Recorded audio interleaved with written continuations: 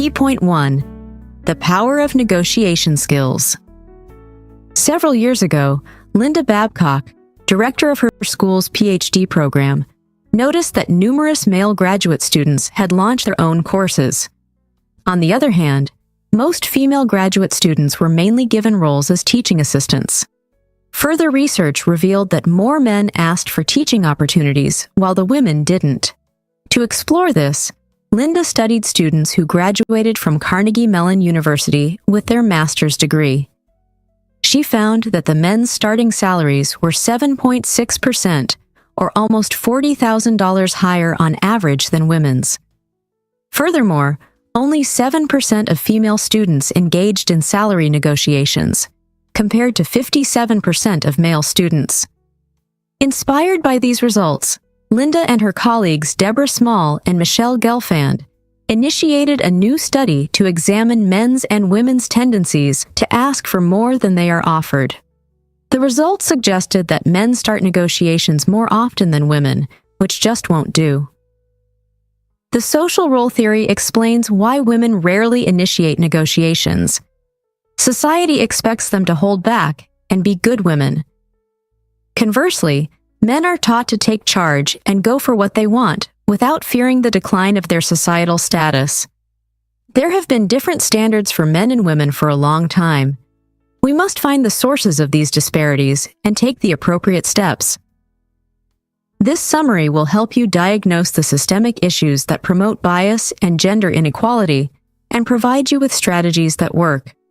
It'll also help managers, HR professionals, and policymakers fix the system that causes gender imbalances. Actively participate in negotiations to take control of your work life. Negotiation is a valuable skill. It helps people work together to find the best answers that benefit everyone. Keep reading to find the social forces that prevent women from asking for what they want and how they can recognize the opportunities around them.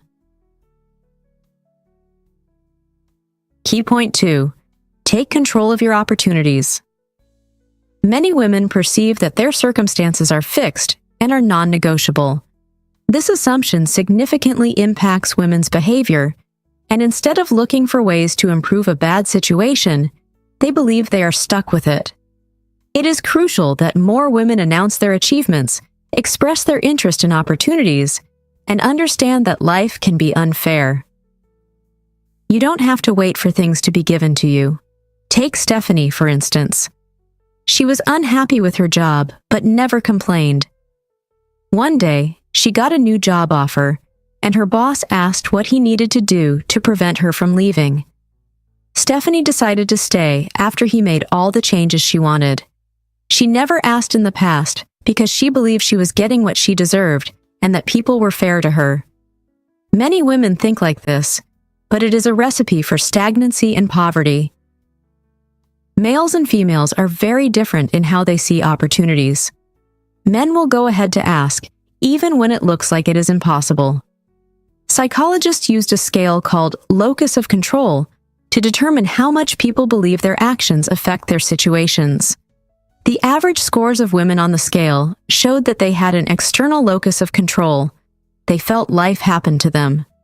While men had an internal locus of control, they made life happen. It is not just true for American women, but for females in over 14 countries. Women have defined their identity for years by the external forces surrounding them. We must increase women's political and economic power to give them more control over their lives. The unequal power balance in the world determines a lot of perceptions about control. Children grow up to believe only men can be in control, and even families struggle with these issues. More families need to provide better examples for their children. We should let young girls take on more responsibilities, make their own choices, and eliminate power differences. Women can transform the workplace by expressing, not giving up, their personal values. John Naisbitt and Patricia Aburden. Key point 3. How culture and expectations affect the gender pay gap. Your dissatisfaction with your present circumstances is key to determining whether you'll negotiate. You must believe that something else, more money, a higher title, or a different job, would make you happier. But it'll be hard to ask for more if you're already satisfied with what you have. In 1971, psychologists found that women experienced higher pay satisfaction than men in similar positions. More than 40 decades of research showed the same results. Women are satisfied with their salaries, even when they earn less than their male counterparts. Many scholars believe this happens because women expect less and aren't disappointed when they don't receive higher pay. For a long time, women have been running the home without pay, making them undervalue their skills. Society expects women to care for children, their husbands, and everyone else in the family without any payment. Now, some women are so grateful to be paid at all that they don't ask for more. It should not be this way. Even when women accurately evaluate their work's worth, they often compare themselves to the wrong people. Studies show that individuals tend to equate themselves to others they perceive as similar. Women tend to measure themselves against those likely underpaid, while men often gauge themselves against individuals who earn more. This difference in comparison accounts for why many women do not ask for more. Women might not ask for more money or accept less because they're unsure of what they deserve. Feeling confident and believing in yourself is critical before discussing your offer. Actively addressing undervaluation boosts job prospects, decision-making, and mental health. Even though women are satisfied with earning less than they want or deserve, it isn't okay. Women make up half of our society, and we shouldn't tolerate a community that undervalues half of its citizens. It is crucial that everyone is treated fairly and with respect. In the midst of so much rapid-fire professional and personal change, negotiation is no longer optional. Linda Babcock and Sarah Lashever. Key point 4. The role of gender stereotypes. Society believes men are assertive, strong, and ambitious, while women are emotional, caring, and friendly. These are gender stereotypes that determine people's perceptions of others. Ideas about appropriate behaviors for both men and women come from the early years of social development as a species. Biological factors pushed men and women into different roles, and for many years, women nursed the children, and men did the hard work. As soon as technological advances made work easier, culture and traditions made it difficult for men and women to lose their assigned roles. These gender roles even seep into different jobs that men and women perform. In 2001, 98% of childcare workers were women, and 90% of engineers were men. Over the years, more people have ignored gender roles and gone on to do the jobs they liked, but the percentages are still unequal. Children grow up to fit into pre-assigned gender roles because they are taught to do so, and the adults around them do nothing to change gender roles. Through a process called sex typing, children are taught roles and beliefs that socialize older members of society. As parents, make sure you don't support gender stereotypes at home. According to Stanford social psychologist John Jost, women don't always recognize their oppression, so they hold beliefs that keep it going. Females must realize their power and understand the harmful consequences of these biases for change to occur. Let's consider common stereotypes about assertiveness. This behavior style can be a gender norm violation for women. Women are as difficult or mean when they're confident, make eye contact, or assert their opinions. However, these behaviors are effective during negotiation. Gender norms also limit men because we don't expect them to show emotion. These double standards are bad for everyone and can be the difference between progress and failure. Many people do not like assertive females, and research has found that being likable is essential if a woman wants to influence others. Negotiation involves persuading others to decide, which can be more challenging for assertive women, Since their likability decreases, it's hard for others to listen to them during discussions. It is not the case for men. People accept males the same, regardless of whether they are aggressive or passive.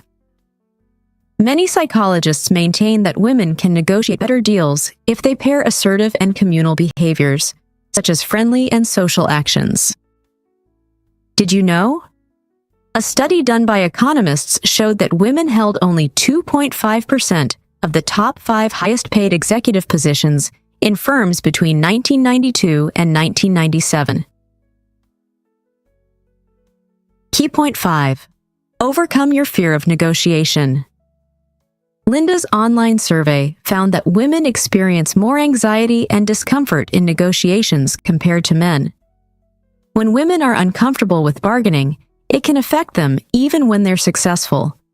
Stress not only makes negotiations harder than they need to be, but it also prevents women from arranging it as often as they should. Many women feel nervous because they fear losing control, making mistakes, being unprepared, and yielding too quickly. Also, there's a concern that requesting what they desire might damage their relationship with the person they need to ask. This fear increases anxiety and makes it harder for women to reach their goals. Many studies show that relationships play a larger role in women's lives than men's. Psychologists Susan Cross and Laura Madsen say men see themselves as autonomous, while women see themselves as interdependent. Independent people define themselves in terms of their differences from others and do not care about the effect of their actions on others. Contrarily, interdependent persons define themselves based on their relationships. Women often feel uneasy about negotiating because it conflicts with their self-perception. Upbringing and game styles influence attitudes toward conflict. Children of the same sex like to play together, which can teach them different things. Girls form small groups and close relationships. Boys play in larger groups, fight more, and assert themselves. Research shows that interdependent people attach their self-esteem to their relationships, making it even harder to ask for anything. Consider hiring a professional negotiator to handle the process. Women need to understand that it is possible to maintain a relationship and win a negotiation. One way to do that is to approach the situation as a chance to share ideas and work with the other person. Ask questions, share information about your interests, talk about issues, and brainstorm possible solutions. Another helpful strategy is recognizing that you don't need to eliminate emotion from your negotiations. If, for some reason, someone is being harsh, it helps to start with an inflexible position. When they resist, try to support them. They'll be surprised and give arguments that you can then counter. Key point 6. Women can be great negotiators. Men acquire more economic and uneconomic resources than women. A study shows that even when both partners work full-time, many women still do most of the housework and childcare, leaving them with little time for themselves.